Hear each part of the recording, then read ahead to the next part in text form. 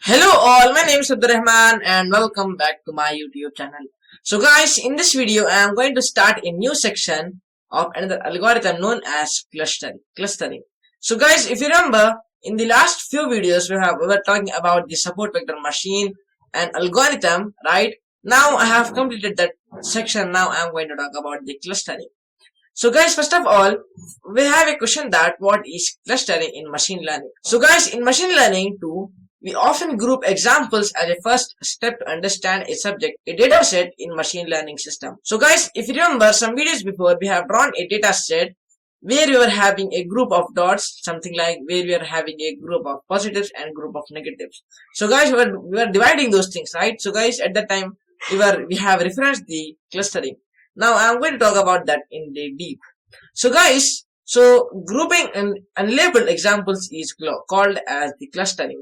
Now guys, first of all I am going to talk about the two types of clustering in machine learning. So guys, first of all, there are two types. There are other lot of types, but I am going to talk about the two types. The first one is flat clustering and the second one is hierarchical clustering.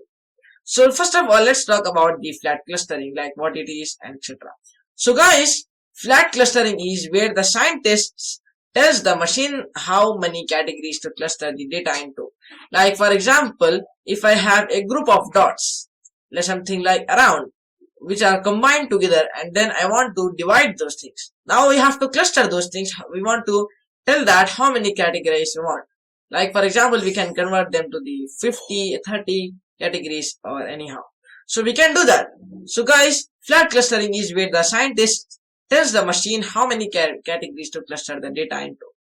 And guys, another one is hierarchical clustering. Hierarchical clustering is another supervised machine learning algorithm which is used to group the unlabeled data sets into a cluster and known as the hierarchical cluster analysis, or it's also known as HCA, which is hierarchical clustering analysis. The hierarchical clustering is where the machine is allowed to decide how many clusters to create based on its algorithm. Now guys, we have talked about the hierarchical clustering and flat clustering in machine learning. So guys, let's go ahead and get started. So guys, with both forms of clustering, the machine is tasked with receiving a data set, that is it just feature set, and then machine searches for groups and assigns classes on its own. With flat clustering, the scientist tells how many clusters to find, as I said you, and with the hierarchical clustering, the machine figures out the group and how many. Now guys, we have some reasons. What are some reasons why we might utilize the clustering? We have also this question. So guys, the objective of clustering is to find the relationship between and meaning a data, right? In most cases that we have personally seen, people use clustering mostly as a step in what's known as semi-supervised. So guys, there are two things in flat clustering and hierarchical clustering. Flat clustering is supervised and hierarchical clustering is unsupervised. Now so guys, I am going to talk about the k-means in machine learning. And so guys, k-means is an algorithm for the clustering in machine learning. So guys, first of all, we have a question that what is k-means? So guys, k-means is an unsupervised learning method for clustering the data points. The algorithm iteratively divides the data points into k clusters by minimizing the variance in each cluster. Now guys, we have another question, why we use the k-means. What is the use of k-means in machine learning? So guys, k-means clustering can be used in almost every domain, ranging from banking to recommendation engines, cybersecurity, document clustering to image segmentation, right? So guys, it's typically applied to data that has a smaller number of dimensions, is numeric and continuous. So guys, this is the use of the k-means. So guys, it has many lot of users in cyber security and other lot of stuff, as I said you right now. Now guys, let's talk about the k-means. So guys, one more thing I forgot to tell you is that in this video I am going to implement these things with the Python. So let's go ahead and get started by doing this ones.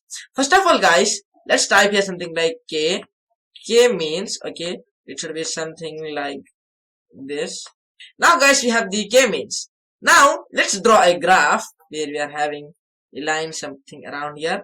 And now let's draw a new line again. So guys, let's assume these two lines as x1, x2 and x1. So just for example. Now guys, here I am going to draw here the dots. So guys, what I'm going to do is I want to show you like how the flat clustering and hierarchical clustering is going to work. Now we have this graph. Okay, now guys, let's talk about the flat clustering. So in flat clustering, what we say is, guys, here we have the k means, right? Now let's give the k equals to 2, something like k should be equals to 2, which means that what we are saying is we want to, in this dots, in this combined dots, I want to cluster into two groups. Like for example, let's choose this one for the one I'm going to. Okay, now guys, I'm going to choose this from here, and I'm saying I want this is the cluster number 1, and this is going to be something another one. Sorry, this is going to be another one. So guys, when Mr. now again, let's start. So guys, these are two different groups where we have a where we have a dots, right? Now guys, what we are saying is we want the k should be equals to 2, that we are saying, which means that we want to cluster here 2. So which means that this is the flat clustering. Okay, this is the flat clustering. Okay, now guys, what about the hierarchical clustering? I'm going to also talk about those things first of all. So guys, let's choose here this same example here that we are seeing on the screen, or let's move here somewhere around. Now I'm going to remove these things from here. Now guys, let's say that we want the k should be equals to 3. Okay, or what we say is choose how many you want. So what does hierarchical clustering do here is that it says that I am looking for the 3. So I want the k should be 3. It looks like I can make them into 3 or 4, whatever. I can make them into 4 groups, 3 groups, whatever it wants. Then what we have to do is we have to confirm that which when we want. So let's say that we have the k equals to 3 in the case of, okay. Now in the case of this one, what we say in the case of the hierarchical clustering. So guys, these concepts are a little bit confusing and little bit harder for us. So guys, it's very simple, but it's little bit confusing. So anyhow guys, let's say this, we want a group, this group, and then we want another group which is going from here. So guys, this is what the hierarchical clustering says, that I want here the 3. So it's depend on the machine that it's going to see like whether, hey, I want these groups, I want this much groups or this one group. So guys, this is the difference between the hierarchical clustering and the flat clustering. Now so guys, here we have a problem, and that is, so it says that what does hierarchical clustering says, that is I want here the 3 groups, and the flat clustering says that I want here the 2 groups. So let's choose for the hierarchical clustering only. Now guys, what we have the problem is that we have to choose the 3 groups, but the hierarchical clustering didn't say that you should choose these much dots and these much dots. So in which way we should assign? Like for example, if I give this as A, this is A, this is the B, and this is going to be C. Now guys, what it says is hierarchical clustering doesn't say that in which way you should assign, right? And the flat clustering also doesn't say that. So guys, for solving this problem, I have created a video on the Euclidean distance theory. So you can go there and watch the video if you want. Okay. So anyhow guys, for not confusing, you have to watch that video so you will not be confused. So anyhow guys, now what I'm going to do is I'm going to implement these things with the Python. Like I'm going to do the visualization. I'm going to create the graphs with the matplotlib. So I'm going to use some of the libraries like NumPy. I'm going to use the ggplot, and I'm going to use the style for the ggplot, and I'm going to import here the matplotlib, and I will try to import some of the libraries. So let's go ahead and get started by implementing that with the Python. Now so guys, as you can see here on the screen, I have opened here the Google Colab. So guys, I'm not going to use here the Jupyter Notebook. So I'm going to use here the Google Colab here right now. So anyhow guys, first of all, let's go ahead and get started by importing the matplotlib and NumPy. So guys, I'm going to import here the matplotlib. Before that one, I'm going to import here the sklearn, etc. So let's import here the from, and then I'm going to sklearn, then I'm from sklearn.cluster, okay, and then I'm going to import here the k-means. Okay, so guys, first of all, after importing the, and then I'm going to import the k-means. And now guys, below this one, below this one I have to import here the matplotlib, right? So guys, from matplotlib I'm going to import the style. Okay, and then guys I'm going to import here the again matplotlib. So guys, so let's import the import matplotlib dot, I'm going to import the matplotlib dot pyplot. Okay, so we have to import here the matplot. From the matplotlib I'm going to import here the pyplot, where I will be using it this style. Okay, now guys we have this one style. From this one I have already imported the style, but I have to import here the as plt. Okay, now we have to import here the numpy, right? Let's import numpy. Okay, so guys I'm going to make this one, let's cut this one and I'm going to paste it here. Now let's save it. Now we have the numpy, as we have to import the numpy as np. Now guys I'm going to run this one. Okay, now let's run it. Now it's going to run here. So guys, the interesting thing about the Google Colab is that we don't need to install the sklan or other libraries in the Google Colab, so you can just type that and run that one. Now guys, what I'm going to do is I'm going to use this style. So let's use this style. Okay, and the style I'm going to use here is ggplot. Okay, now let's use here the ggplot, but it should be in the this one, in the what we say, in the quotation marks. Now we have to run this one. Guys, below this one I'm going to create a new shell. Okay, and guys in this one I'm going to paste here a block of code where I have typed something like a parameter, where I have created a variable where I have given the coordinations. So you can see on the screen. So let's type the x, and then it should be equal to numpy dot array. So x equals numpy dot array, and then in the brackets it should be something like 1 comma 2. Okay, and then it should be comma again. Then here I am going to use here the 1.5, 1.5, and then it should be 1.8. Okay, and we have these two comma. Okay, comma again. Here guys we have this one, right? Now we have opened here the brackets and close here the brackets, right? But I should create a new bracket which I should close here. Okay, now 1.8 comma again I am going to paste here again. I'm going to type here the 5 comma 8 in this one again, comma again. Here I am going to create a new one where I am going to use here the 8 comma 8, and again here I am going to use this one, and then it should be 1.06, 1 comma 0.6. Beside this one 1.0, then I am going to use the 9, 11, something like this. Now at the bottom of this page, at the bottom of this cell, I am not going to do anything here.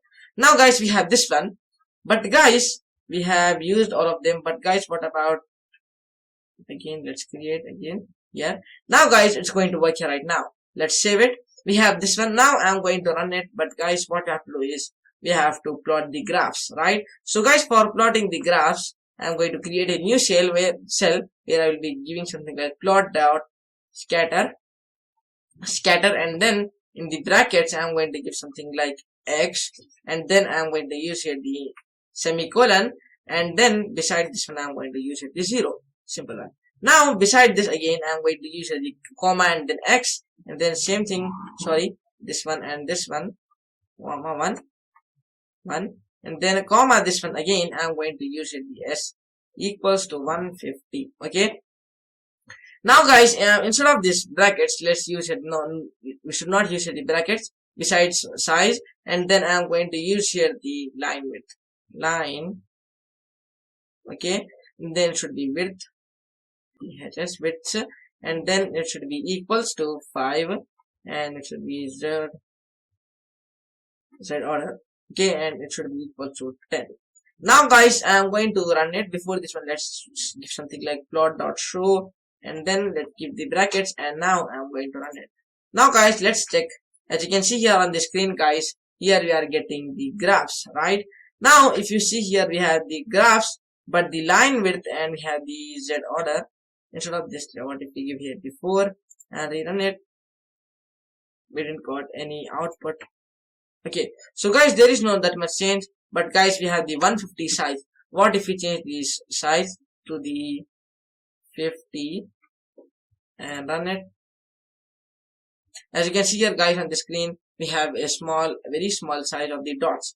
Now I don't want the size to be 50, it should be around 30 again, and rerun it. Now let's see what's the output that we are going to get. So guys, as you can see here, the dots are very smaller in this case. Let's use it as 15, the last one. Now let's run it and let's check whether what is the output. Now guys, awesome, it's looking very awesome here, and we are seeing the line width should be 5. Then guys, what if we change the line width something around to 50? Okay, and then let's run it. So you can see here guys, the line width that we have given is a very different here that we are getting. Now what if we don't give the 5, right? Now guys, when we are giving the 50 something like that, then these are coming very modern. Okay, now so guys, here I am going to define here the classifiers, right? From the time guys you are just drawing the graphs, we are plotting the graphs here with the matplotlib, we are doing all of this stuff with the matplotlib. Now guys, we have to do this stuff with the k-means, right? So guys, we have to define the centroid and we have to do all of the stuff.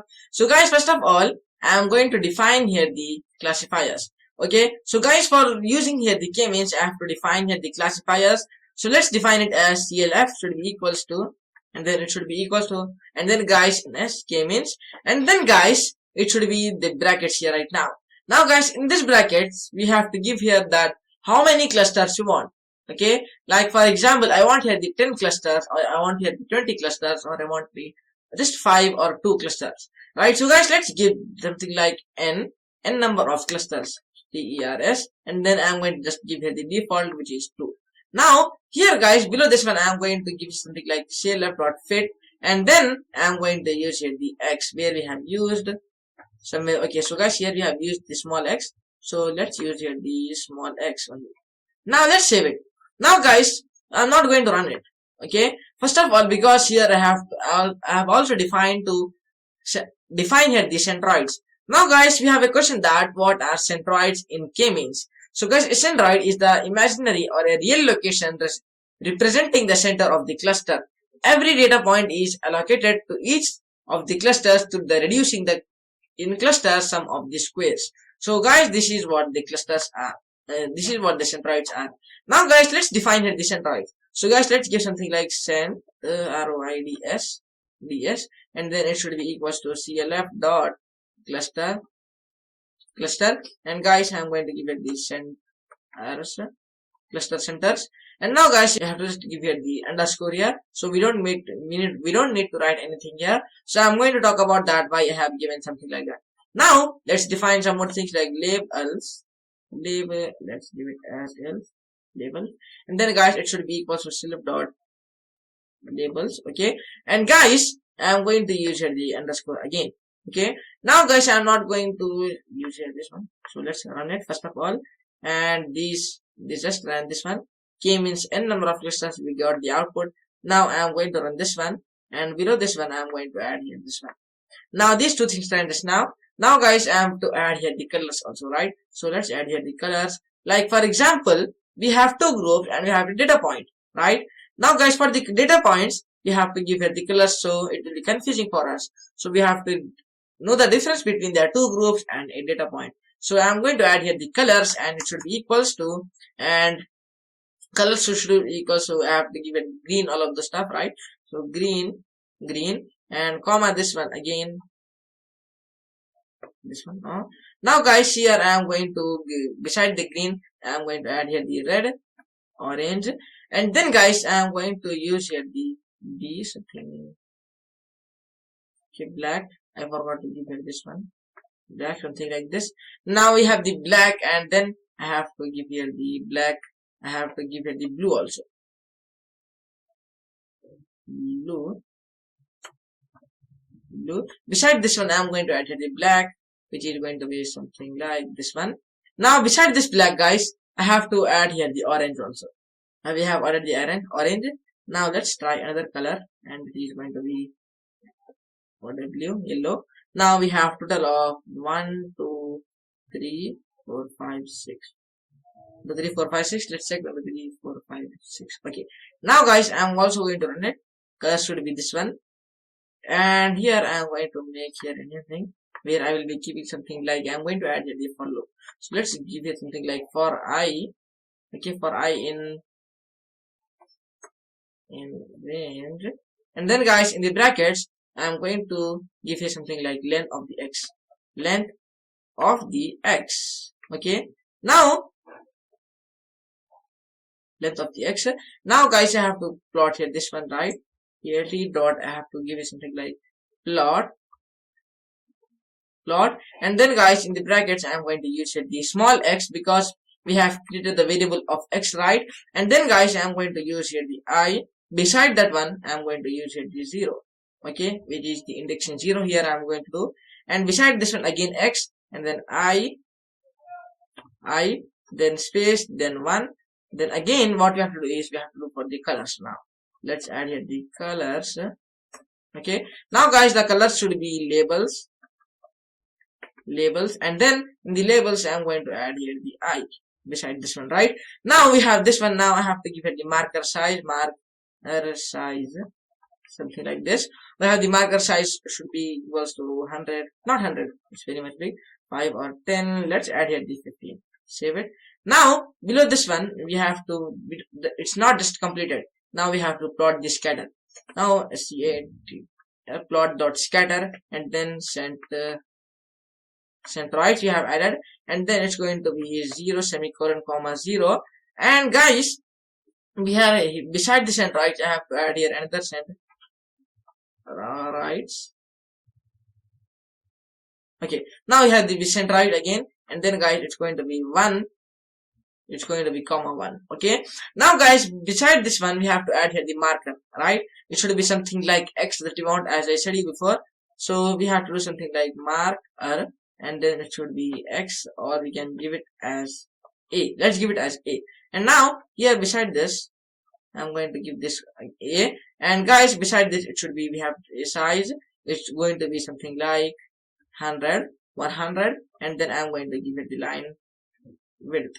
Okay, now we have the line width. Now after the line width, it should be equals to, it should be 5 somewhere around. Let's give it as this one. Now guys, I am going to run this one also, and let's check whether what is the output. But guys, the main thing we forgot here is that we didn't plot here. We didn't give something like plt dot show. Okay, now guys, let's run it. It's going to run, and then guys, here we are getting some of the errors. Okay, so guys, instead of a, let's give it as x itself, and let's check whether is it going to come or not. Now guys, right now it's coming, right? So guys, let's do one thing. I'm going to run from the top of this one. Let's run this one, then run this one. I'm going to run it. Now guys, I'm not going to run it because we don't need this one. This one, save it. Now guys, I'm going to run this one. This one now, this one, and this one. Now we are going to get the actual output. But guys, in this case, we didn't got anything, right? Now we have, let's check whether is it going to work.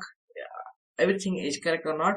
So we have this one, and we just also ran this one, right? Now guys, let's do one thing. We have the clf.fit x, right? Now what will happen? Wait, what will happen if I copy it and then if I paste it below this one? And guys, I'm going to copy here the colors, paste it again below this colors. I'm going to paste here this block of code, paste it and save it. Now I'm going to delete these cells. Let's delete it, and then I'm going to delete it right now. Now again guys, we don't need this cell also. Save it, and then guys, I'm going to run from here the top. I'm going to run it. This time just now. This is running. This is also running right now. Now guys, here we didn't got any output. Now so guys, as you can see here on the screen, here we are getting this output. But guys, we have a question that from the time why we were not getting that.